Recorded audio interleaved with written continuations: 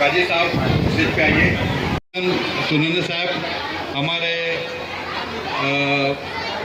Senior committee के office bearer, हमारे विलास पाटिल जी, सुनील पाटिल जी, करकरे जी, खोत्रे जी और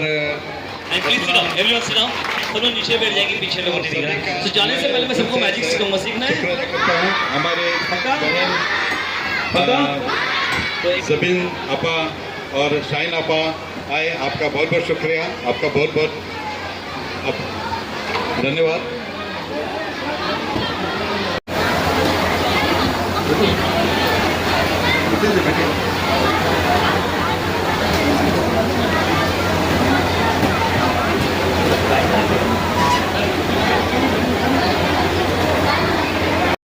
सुरेंद्र साहब हमारे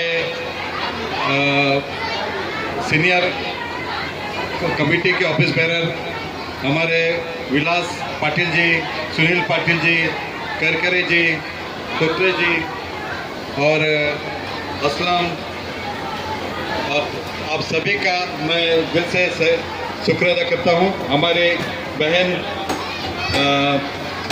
जबीन आपा और शाइन आपा आए, आपका बहुत बहुत शुक्रिया, आपका बहुत बहुत धन्यवाद।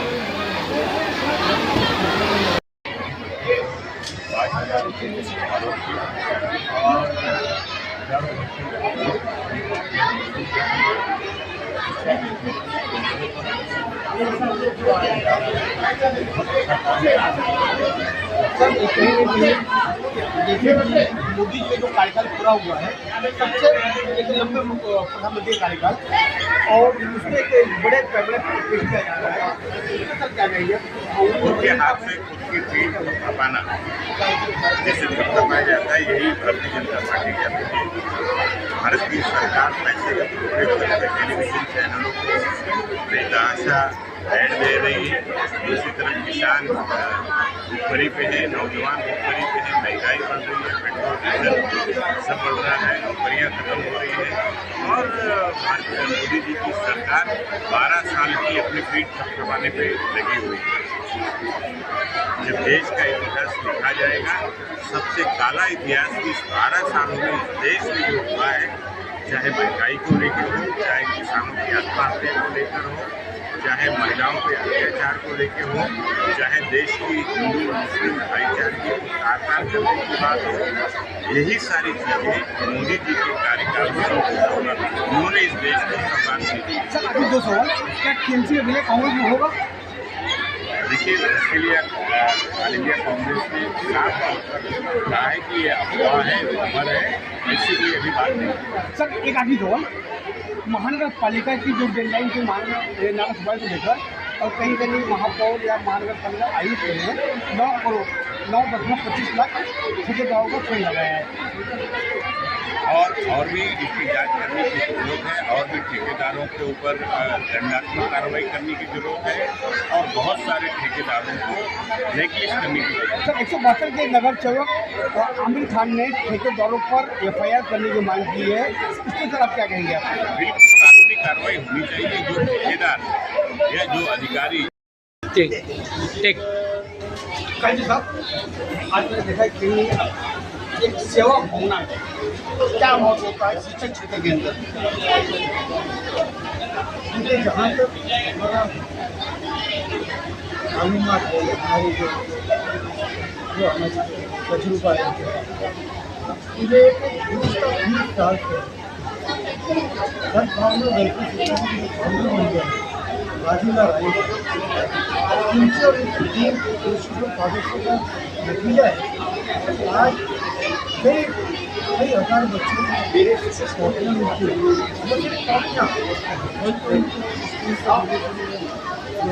देते हैं, स्कॉलरशिप देते हैं, लेडीज जो औरतें हैं उनको मशीनें देते हैं। ये झटका जो है ये और राधिका राय की वजह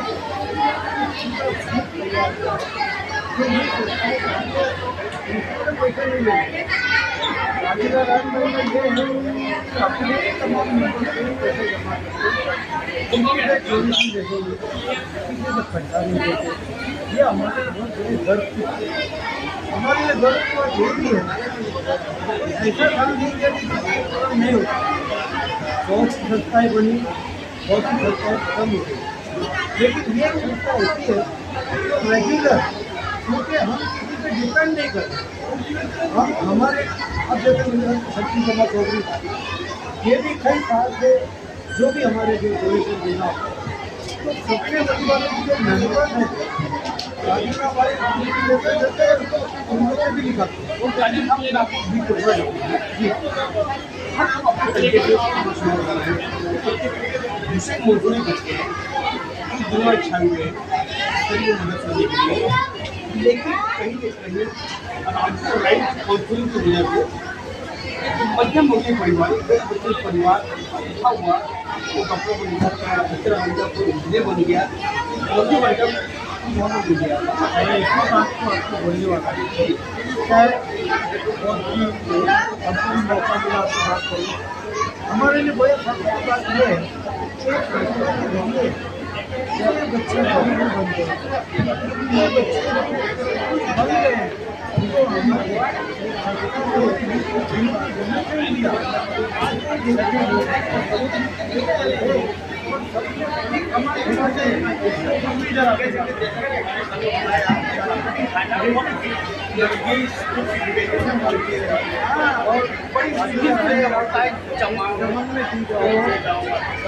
उनको पैसा लगता है पैसा ये जो है हर साल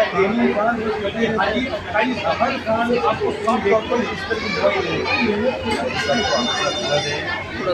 ये सब ठीक है ना, राजीव साहब से ही सीखे,